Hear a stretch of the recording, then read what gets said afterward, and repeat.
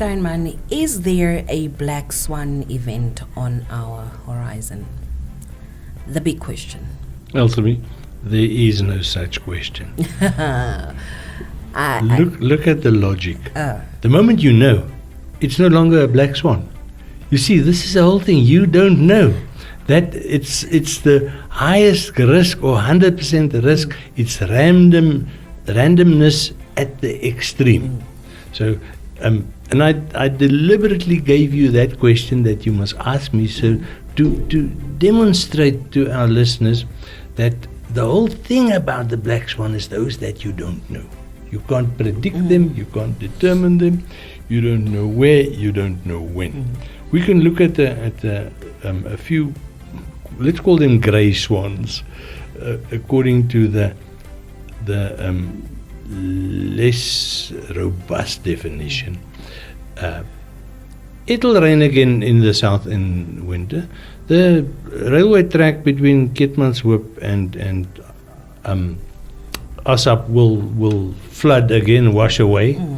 These you can define as black swans, but they will come, and we've got that risk almost, I want to say, in a bag. We know what the risk is, and we've got a good idea of what it will cost. The Hardap Dam's wall can collapse. That will be a black swan event, but we've got a good idea how to prevent it by not overfilling the dam. But it may be like in 2011, it may be a very, very extraordinary rain year, which we don't control, and then the Hardap Dam may just fill up sooner than we can let the water out of the sluice gates, and it may collapse. That will be a black swan event. And now here's a telltale sign of a black swan event, or a possible black swan event in real life. Can you insure your property below Hardap Dam? No. Why would you even want to do that? No, normal insurance. If you go for an insurance policy to cover the normal risks that everybody else in the whole rest of Namibia encounters, but you live in the flood line below the Hardap Dam wall, there are these huge exclusions by all the insurance companies. It's actually printed in the policy, and they refer to it as the Hardap exclusion. Okay. Because they know I didn't know that one. Yes, you can go look at it. And I had to deal with that just about a month ago. So you can go look at the insurance policies.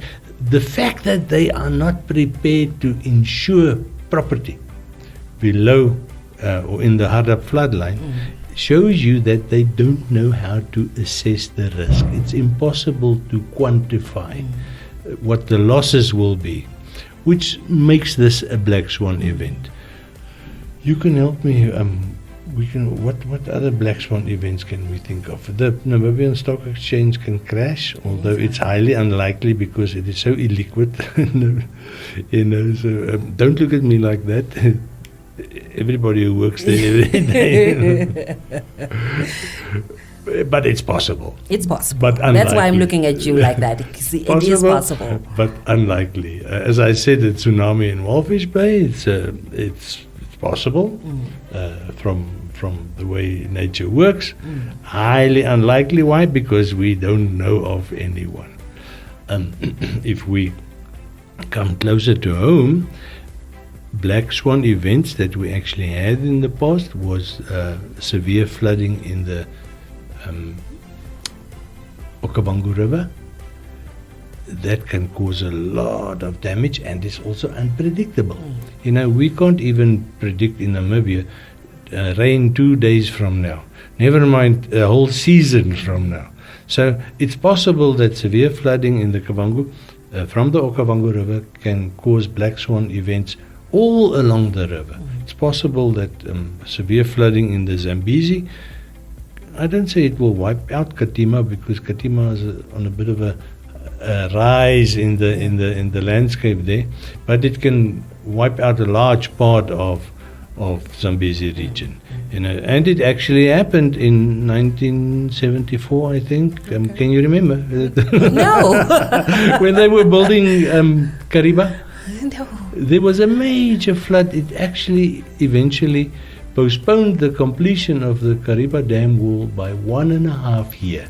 Now that was a very typical Black Swan event, because the Zambezi has not had such a flood for the 100 years before that, and not since 1974. Also, it really scares me when young people cannot remember what happened in 1974. Wow, Mr. Steinman, was I born or were we born at that time? No. Okay, so now we come back to the economics. So it's very interesting. It's a bit academic in a certain sense, but it's something that we always have to keep our eyes on. The possibility of randomness taking over, causing an event, and after the event, the losses and the damages are severe, to such an extent that it impedes economic growth in a measurable way. All the other events, if there's I cannot imagine that the bushfire in Etosha will have any economic impact. It has a conservation impact, but the tourists will not stop going there. Of course not. You see, so this is the point. We need to keep this one eye on possible black swans. We sort of need to anticipate them, but we must be realistic that if they are true black swan events, we don't know what they will do. Okay. And that is the lesson for today. Black Swan. Thank you so much, Mr. Daniel Steinman. Of course, we will meet again next week, same time, same place. And as for the listeners as well, thank you so much, and we will meet again. From me, Elsa Vitaminiani, and the team, we say goodbye.